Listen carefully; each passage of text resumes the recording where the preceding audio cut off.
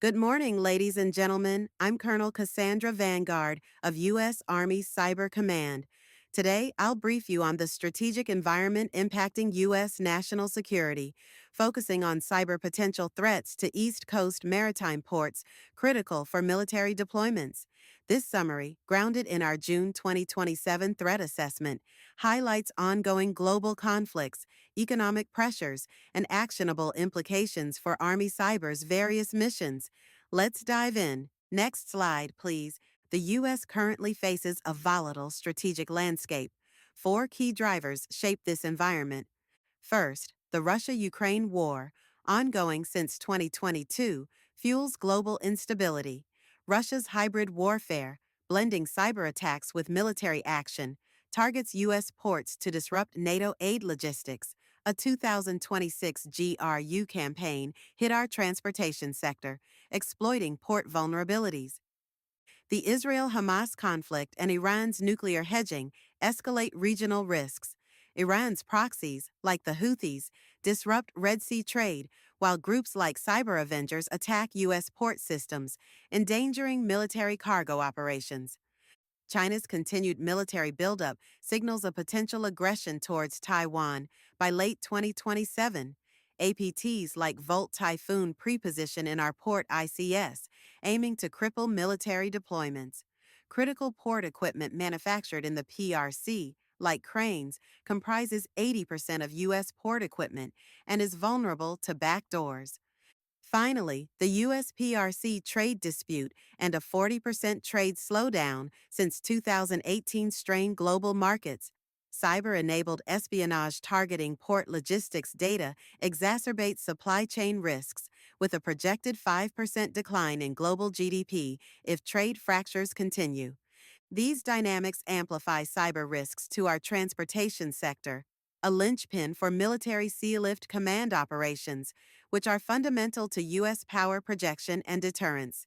East Coast ports, New York, New Jersey, Baltimore, Norfolk, Wilmington, Charleston, Jacksonville, and Savannah, are vital hubs. Norfolk, with its deep harbor, and Savannah handling 5.6 million TEUs, are prime military logistics nodes. Owned by state authorities like the Virginia Port Authority and Georgia Ports Authority, these ports face significant cyber threats due to their reliance on interconnected IT and OT systems. The Port of Savannah is the fastest growing port in the nation, becoming the third busiest port on the East Coast. The expansion of access lanes, port berths, and increased multimodal transportation rails will significantly increase capacity over the next 5 years. Next slide, please. Advanced persistent threats from China, Russia, Iran, and North Korea routinely target our ports to disrupt supply chains, steal intelligence, or degrade capabilities, and create economic hardship.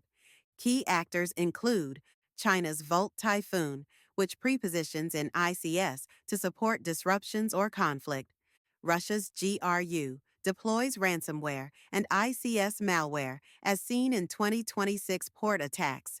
Iran's Cyber Avengers sabotages PLCs, primarily exploiting Israeli Unitronic systems.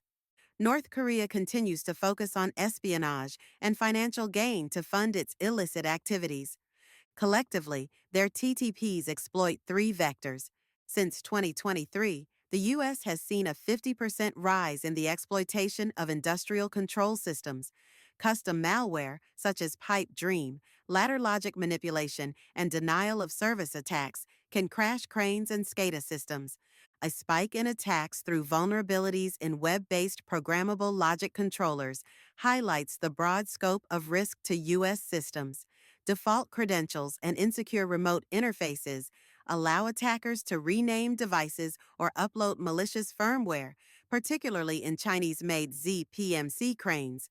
Social engineering attacks like spear phishing and pretexting target port staff, enabling network footholds. In 2023, an IRGC attack compromised Unitronics PLCs through an email spoofing campaign, disrupting operations for weeks. These threats could significantly impact military operations by creating operational delays through ICS disruptions to halt cargo loading, as seen in 2024 attacks on Norfolk and Seattle. comprising protected data, such as espionage to expose troop movements, undermining planning, and jeopardizing future operations. Potential for creating physical damage, like malicious logic attacks, risking equipment failures, and endangering equipment and personnel.